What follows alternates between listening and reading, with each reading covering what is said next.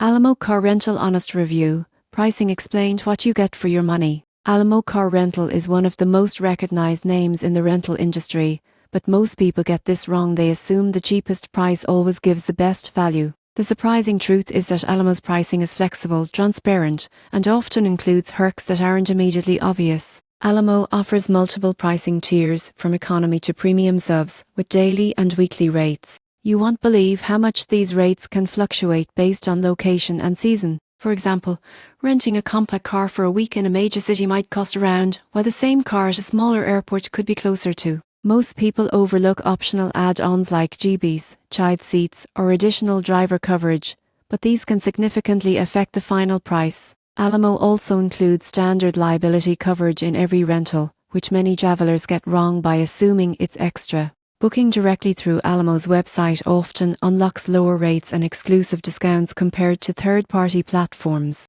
Loyalty program members, like those in Alamo Insider, can enjoy perks like faster check-ins and price reductions. In conclusion, Alamo Car Rental pricing is more than just a number. It's about transparency, optional features, and location-based flexibility. By understanding base rates, add-ons, and loyalty perks, you go from zero to pro in getting the most value for your rental money.